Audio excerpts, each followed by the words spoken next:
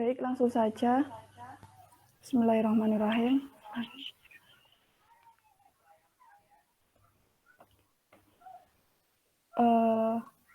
Proposal skripsi saya dengan judul Pengaruh Tingkat Inflasi dan Indeks Saham Syariah Indonesia terhadap Pertumbuhan Suku Korporasi di Indonesia periode tahun 2015 sampai 2019. Yang pertama, Indonesia merupakan negara yang berpotensi untuk dijadikan pusat keuangan syariah.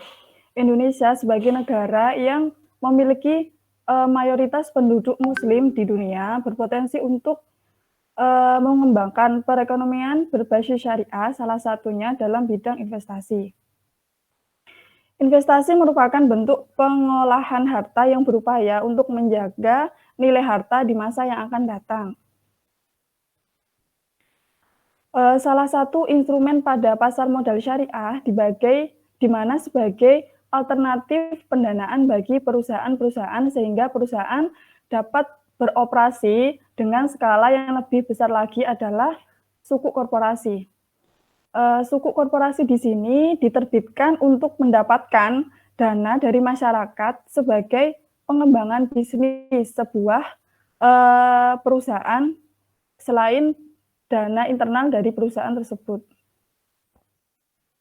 Kemudian di Indonesia sendiri, suku berkembang pesat, dimulai oleh PT Indosat Tbk yang menerbitkan suku pertama kali pada tahun 2002 dengan akad ijaroh, dan dari penerbitan tersebut memperoleh dana senilai 175 miliar. Berikut merupakan perkembangan suku korporasi pada bulan Desember dari tahun 2015 sampai 2019. Gak saya sekitar. Pertumbuhan suku periode Yun, mana anunya Yun? Nggak ada share screen-nya Yun. Ini sudah Bapak. Bentar. Nggak ada di saya ini. Bentar. Atau di tadi krimut. Oh, belum nampak. Bentar Pak. Sudah Bapak. Belum. Belum. Bentar Pak.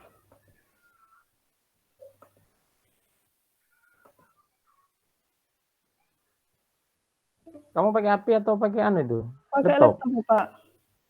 Nah, ada kan kanan bawah itu loh. Oke Bapak. Tidak dapat.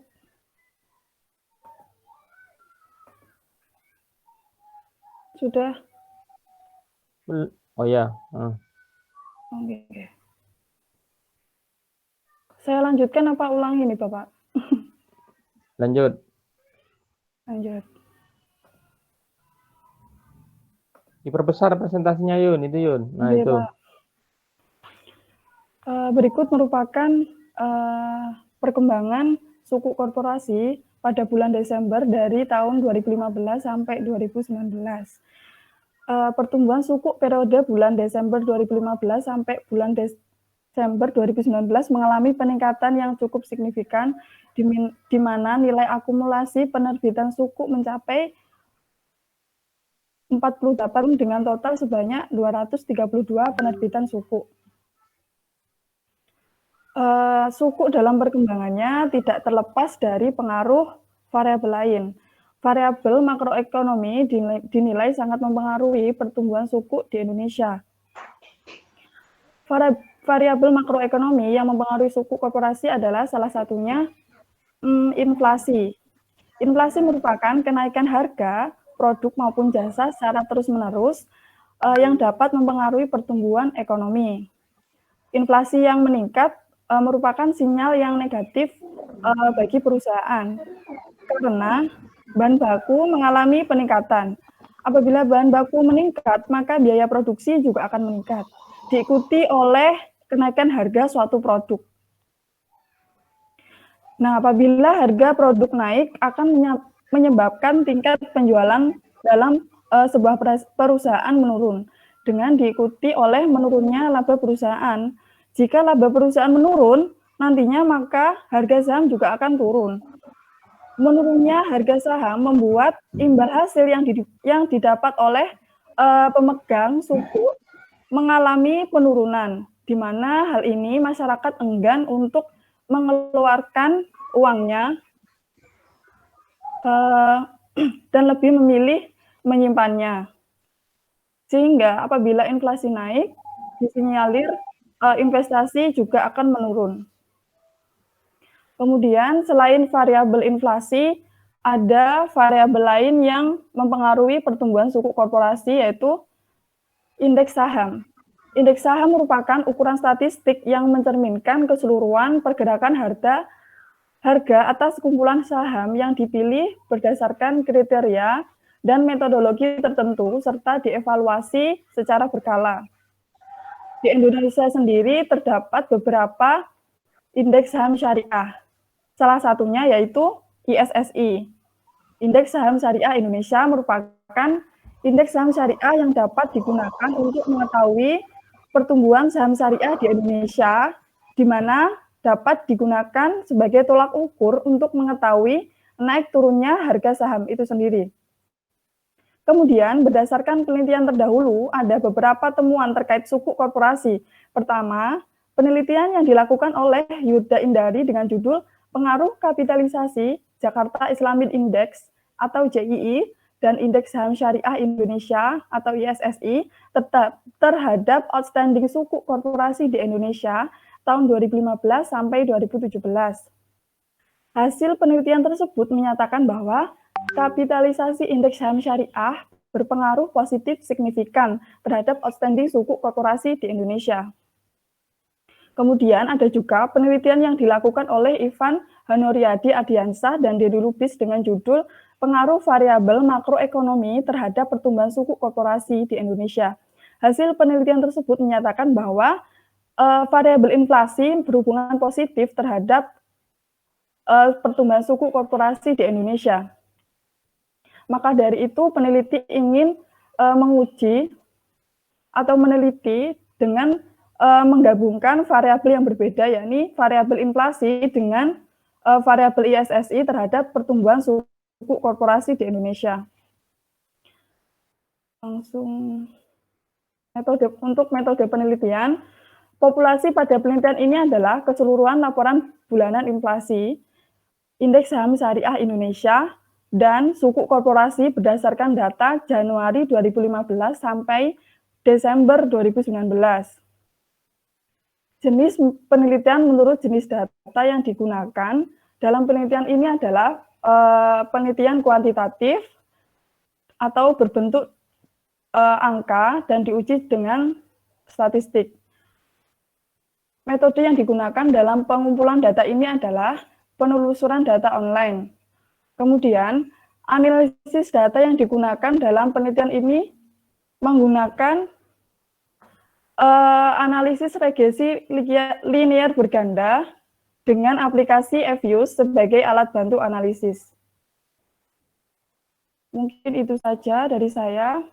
Kurang lebihnya mohon maaf. Monggo kalau ada masukan. Monggo Pak Fikri. Ya, terima kasih Pak Daruji atas waktunya. Mbak Yunita, saya hanya ini ya menanyakan kedalaman pemahaman dari Mbak Yunita terkait dengan proposal yang ditulis. Sebelum itu saya ingin ini aja sih mengkoreksi sedikit ya. Yang pertama itu di proposalnya Mbak Yunita itu saya lihat bahwa ketika menulis nomor referensi itu kan setelah titik ya, setelah titik baru nomor referensi. Iya Bapak. Nah itu keliru. Ya itu keliru. Karena referensi itu kan menjelaskan kalimat sebelumnya. Nah kalimat itu dianggap berhenti setelah ada titik. Sehingga kalau ditulis setelah titik itu berarti dia itu menjelaskan kalimat setelahnya. Oh, iya baik Pak. Paham enggak? Ya, jadi itu Kalau memang nomor referensinya itu menjelaskan kalimat sebelumnya, berarti ditulis sebelum titik, ya. Jadi nomor referensi dulu, baru titik, karena itu menjelaskan kalimat sebelumnya. Terus kemudian yang kedua, di bagian teknik pengumpulan data itu kan ada, saya lihat, saya baca itu kan hanya satu ya, hanya hanya dokumentasi saja ya. Teknik, bentar Pak. Nggih Bapak. Cukup itu. Kalau kuantitatif kan data sekunder ya Bapak. Nah ya, cukup itu. Contoh misalkan ini, misalkan diketemukan bahwa inflasi itu mempengaruhi positif pada suku ya, pada obligasi korporat suku. Nggih, Pak. Terus kemudian penjelasannya, semakin tinggi inflasi berarti orang semakin banyak semakin banyak menanamkan modalnya ke korporasi suku gitu ya. Kalau positif misalnya. Oh, kalau ya. inflasi naik, investasi turun gitu Pak, maksud saya. Sebentar ya. Misalnya.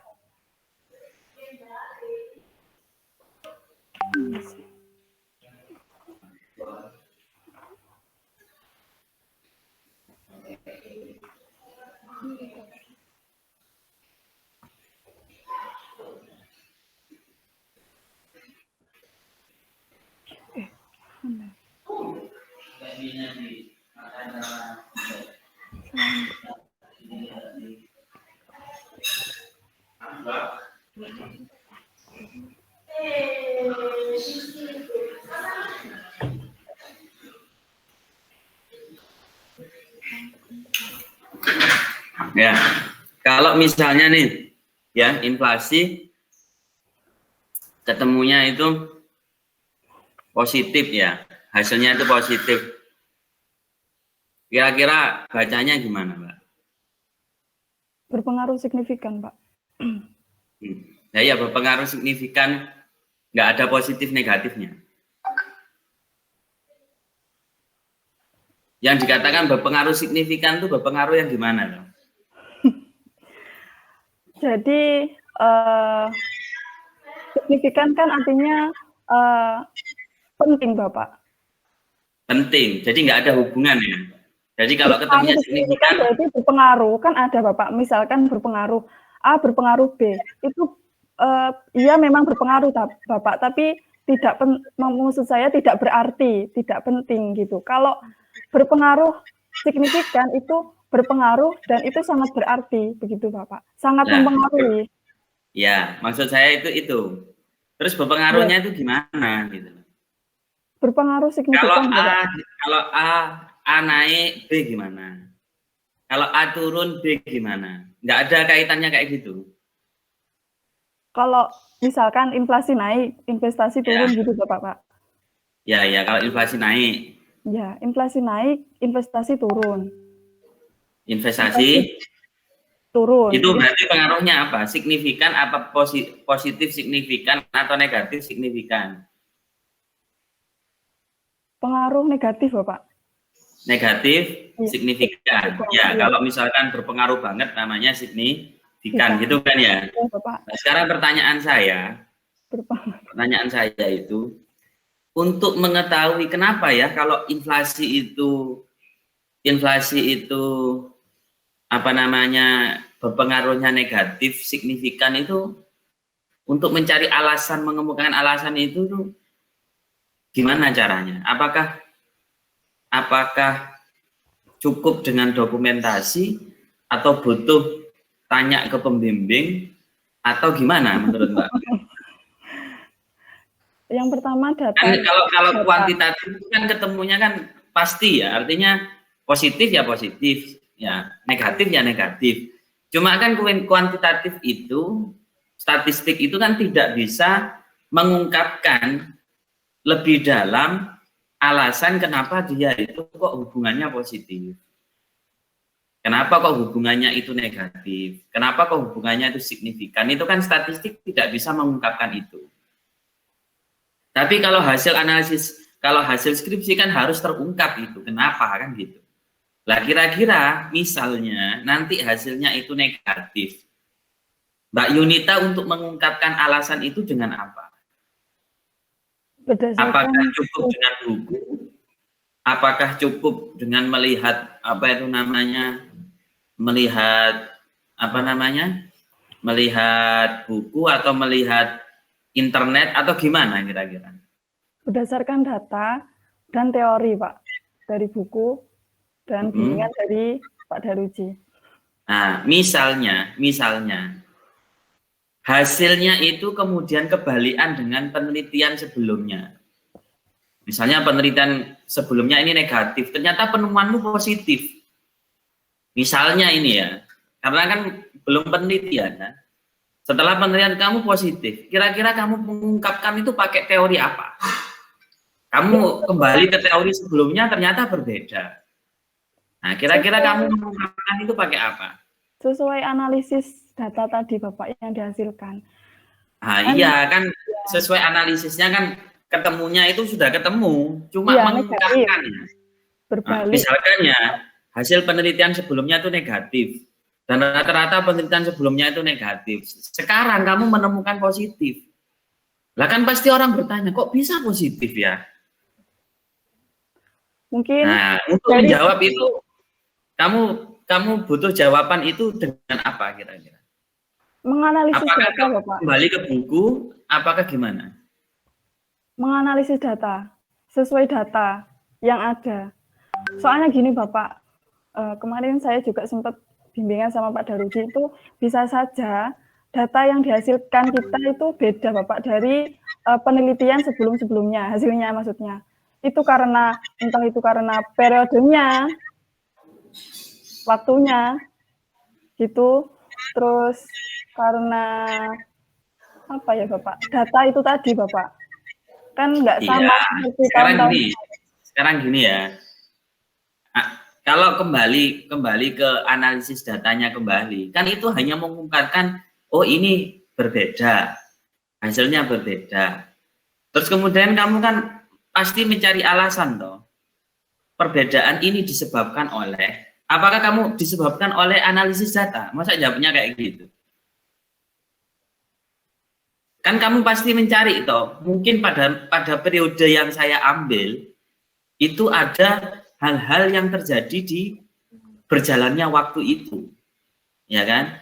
Apa saja itu kira-kiranya? Nah itu kamu ambil di mana? Singkat cerita wis gini aja. Kalau saya melihat teknik wawancara, teknik pengumpulan data kamu itu cukup dokumentasi saja, itu kurang cukup menurut saya. Ya, Bapak. Karena dokumentasi itu kan hanya mencuplik saja. Padahal dokumentasi itu kamu masih butuh buku yang lain. Kamu masih butuh wawancara dengan pembimbingmu. Barangkali nanti pembimbing mengatakan, coba kamu tanya ke OJK atau tanya ke BI, kenapa ya kok bisa seperti ini? Apa ada peristiwa periode yang lain? Nah, itu kan diperlukan. Karena dokumentasi itu kan tidak melulu hanya sekedar bisa kita lihat hanya pada data-data itu saja, kan tidak bisa. Jadi menurut saya, pada teknik pengumpulan data kamu ditambahlah. Jangan satu. Kalaupun tetap satu sih nggak apa-apa, tapi nggak perlulah dikasih numerik ya. Masa A dokumentasi. Setelah itu nggak ada B-nya, orang kan wagu. Ini apa nggak ada B-nya? Maksudnya apa ini kan gitu. Dikira ada pembagiannya, ternyata nggak ada pembagiannya. Paham ya? Betul nggak? Betul nggak? Di proposal kamu ada B-nya nggak? Nah, nggak ada kan, makanya itu ya.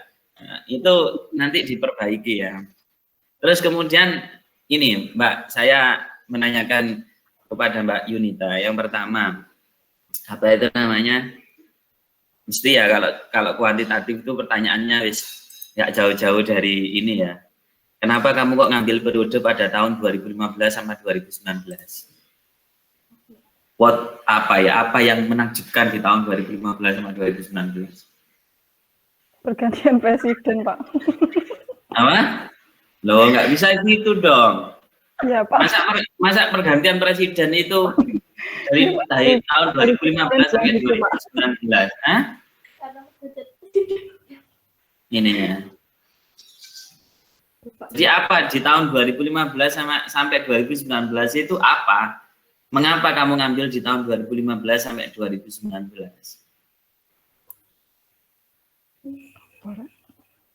Nah, dari pertanyaan itu, ini Mbak Yunita nggak bisa jawab, iya apa ini? Dari pertanyaan itu, kemudian saya kembangkan pertanyaannya, bahwa penelitian kamu itu sebetulnya kan sudah diteliti sama penelitian sebelumnya ya, kayak terkait inflasi. Iya, itu pengaruh nggak kepada suku korporasi itu? Tapi kan beda tahun, terus beda variabelnya kan juga beda, Bapak. Maksud saya, ini kan saya menggabungkan antara variabel inflasi dengan ISSI. Nah saya ini yang saya jadi pertanyaan saya gabungkan. Maksud saya gabungkan itu gimana? Datanya digabungkan atau variabel X-nya itu berbeda? Ada yang simultan kan Bapak, saya kan hipotesisnya. Masalahnya. Maksud saya itu ya. Maksud saya itu yang dimaksud gabungkan itu apa gitu loh. Karena itu yang mau jadi pertanyaan saya. Simultan Bapak. Nah, kalau simultan kan semuanya sama. Karena itu kan dalam satu kategori makro, cuma kamu mengambil hanya sebagian saja. Ya kan?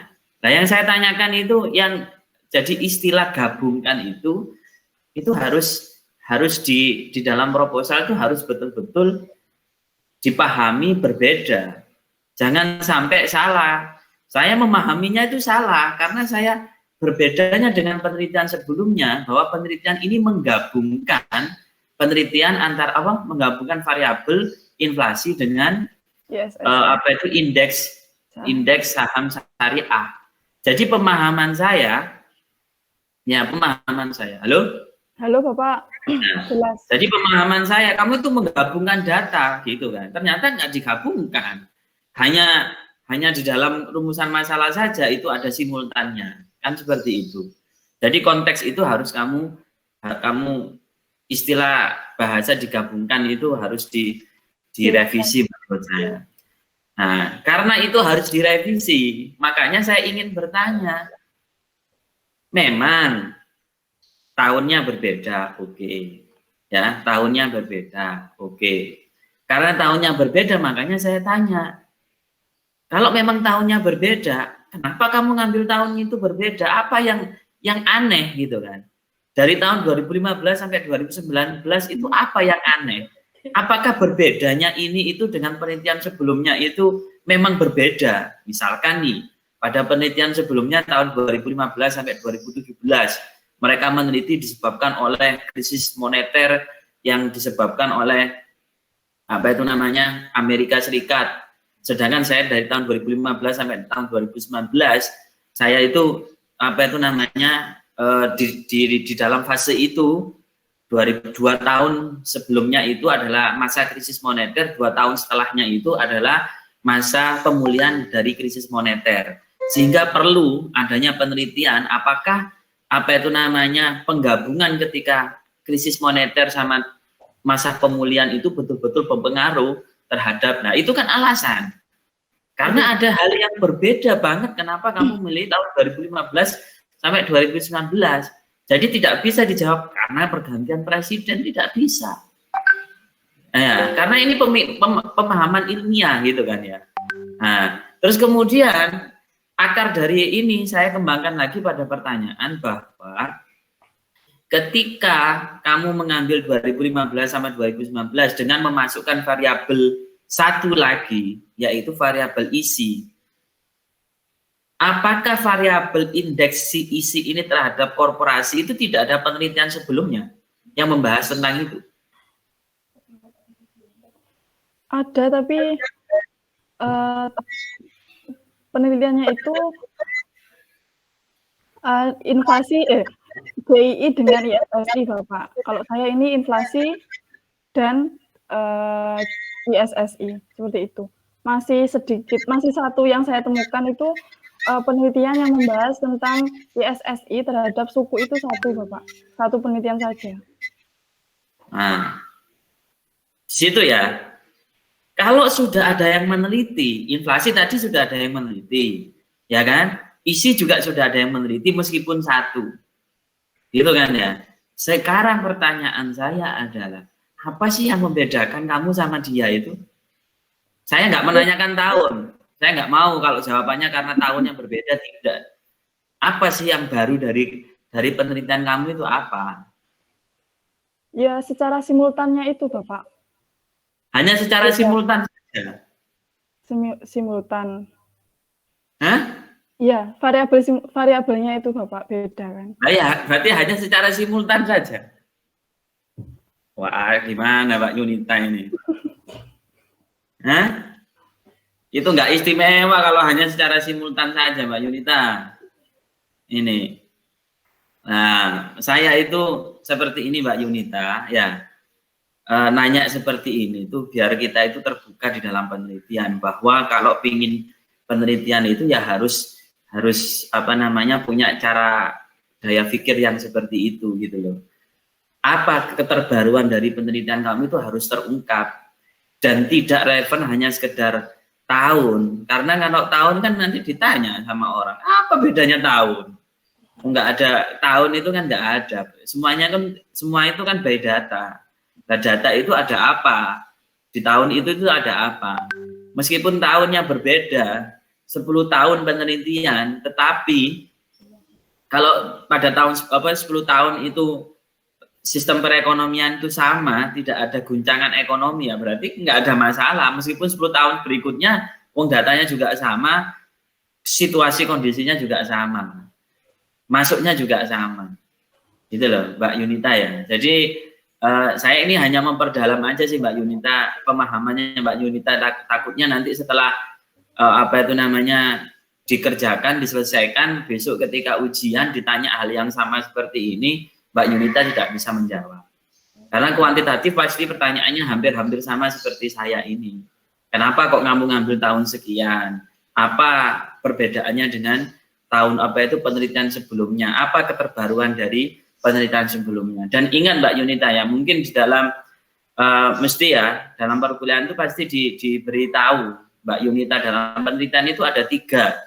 1, mengembangkan ya, mengembangkan penelitian sebelumnya, atau yang kedua menemukan hal yang baru ya, yang ketiga itu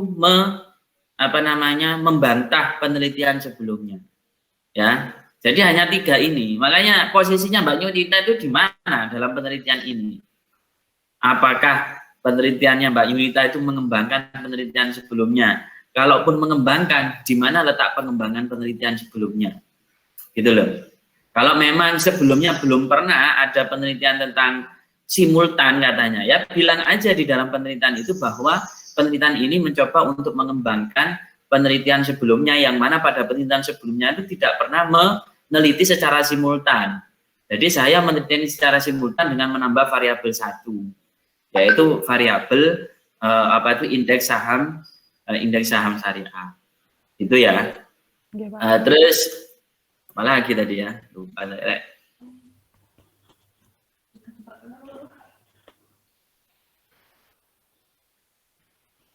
Pak, kalau secara simultan nanti apakah saya cuma menguji juga secara simultan atau parsial, Pak? Apa gimana?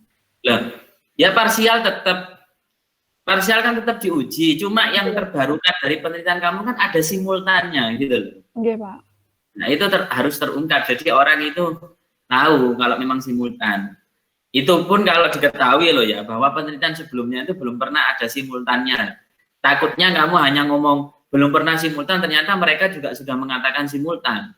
Dan variabelnya lebih banyak daripada variabel kamu. Mereka variabel makroekonominya banyak, ada 5, kamu cuma 2. Ya jangan bilang mengembangkan kalau di sana ada simultannya. Gitu loh. Ya. Jadi pemahaman kita itu betul-betul komprehensif akhirnya di dalam penelitian jenengan ini. Oke, saya satu pertanyaan terakhir Mbak Yunita ya. Saya soalnya nggak pinter di dalam pemahaman ini ya, pemahaman pemahaman metodologi penelitian, apalagi dengan kuantitatif ada angka-angka, itu monster bagi saya ya. apalagi ada uji multi, ada heterogen, hemogen apa. Saya agak bingung. Cuma saya ingin tanya hipotesis saja. Hipotesis penelitian. Itu kan praduga ya.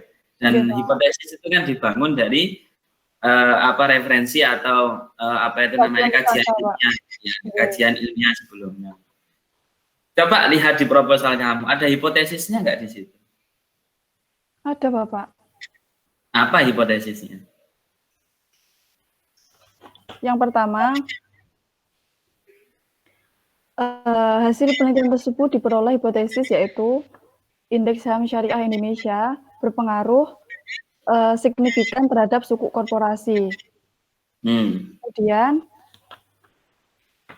yang kedua diperoleh hipotesis yaitu inflasi berpengaruh signifikan terhadap suku korporasi, Bapak. Gitu ya. Terus ada skemanya nggak? Ada 3. Ada di kerangka pemikiran, Bapak. Ada di kerangka pemikiran? Iya. Di kerangka pemikiran? Iya. Mana ya kerangka pemikiran kamu? Oh, hipotesis itu seperti ini ya? Seperti ini, dah. Hipotesis itu, skema hipotesis itu seperti ini ya, di kerangka pemikiran itu ya. Saya kan biasanya tahunya X1, dari kesimpulan di atas, maka ada kesimpulan bahwa X1 mempengaruhi signifikan kepada X2. Nomor 2, H0 X1 mempengaruhi terhadap X2. Saya tahunya kayak gitu soalnya. Belum pernah melihat skema yang seperti di kerangka pemikiran itu. Atau mungkin nanti Pak Daruji yang lebih mengerti ya, skema di dalam hipotesis yang yang betul itu bagaimana. Gitu ya, Mbak Yunita ya. Iya, Pak, baik. Mungkin itu aja Pak Daruji dari saya. Terima kasih.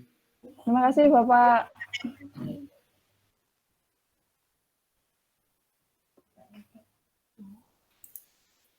Nggak ada suaranya Pak Daruji. Baik, makasih Pak Dikri atas kritikan dan masukan. Jadi Yunita kemarin itu dan teman-temannya ini kan butuh kepastian katanya. Jadi kemarin karena tidak ada kepastian ya mungkin Pak Dikri perlu kasih kepastian kepada Yunita ini disuruh lanjut atau kemudian suruh uji ulang atau rombak total atau bagaimana Pak? Jadi keputusan ini kan keputusan sepenuhnya ada di Pak Dikri. Intinya saya secara pribadi siap membimbing Yunita. Walaupun lama ya nggak apa-apa gitu kan. Karena Yunita ya mau dibimbing saya gitu ya. Ya kalau ditolak sama Pak Dikri atau tidak dilanjutkan berarti saya berpotensi untuk bimbingan lebih lama lagi dengan Yunita gitu Pak. Monggo kasih kepastian Pak. Kalau saya nggak meluluskan, Mbak. Oh gitu. Ya, saya nggak bisa meluluskan, Mbak. Loh, Pak, kenapa, Pak?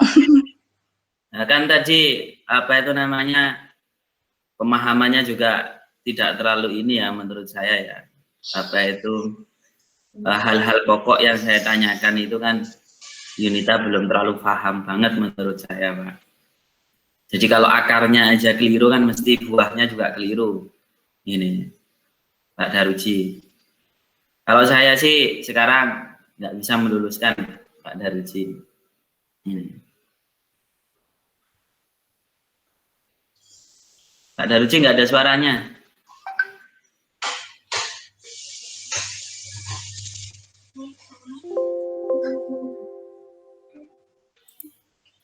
Pak Daruji tidak ada suaranya.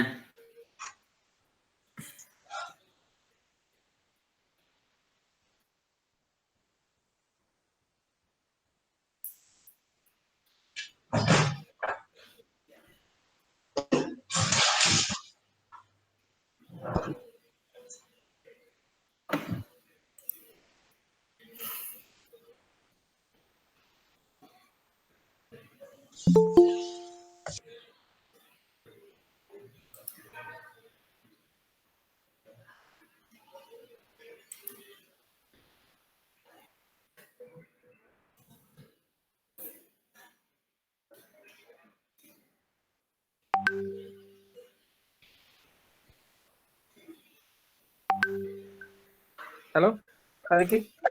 Nggih. Oh ya, ini saya pakai pakai laptop sama HP, Pak. Soalnya di laptop Oh, nggak nyala, tapi itu rusak. Sudah, Pak. nggih, Pak. Oke, ya kalau sudah, monggo dilanjut ke siapa ini? Sayu.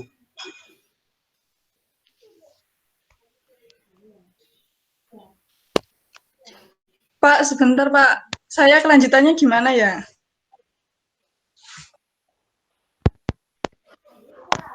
Belum dikasih kepastian sama Pak Dikri. Ini dah.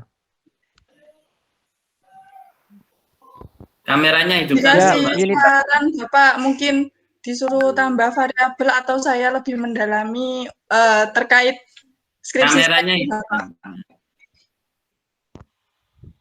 Ya, monggo Pak Daruci, gimana Pak Daruci? Kalau saya terus terang aja Pak Daruci tidak bisa meluluskan Mbak Yunita sekarang.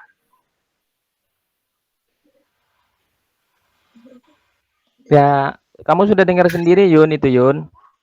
Ya udah enggak apa-apa lah. Cari lagi atau apa gitu nanti ya.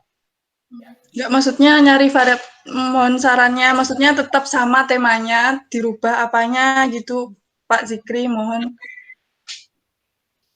Soalnya Iya, sudah juga loh, saya Pak. nggak bisa meluluskan kamu sekarang itu nggak bisa. Karena kan kamu belum penelitian.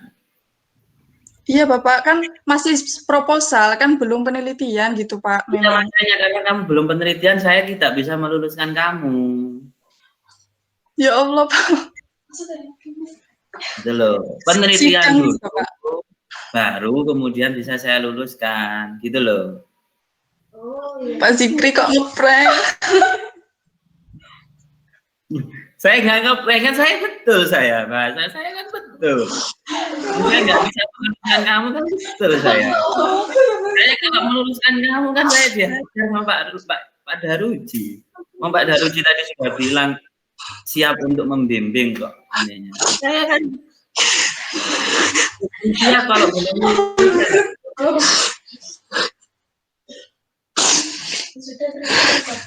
Bisa ngomong. Ya, Pak. Saya betul kok. Saya nggak ngeprank, saya jujur kok. Kan gitu Pak Daruji. Monggo Pak.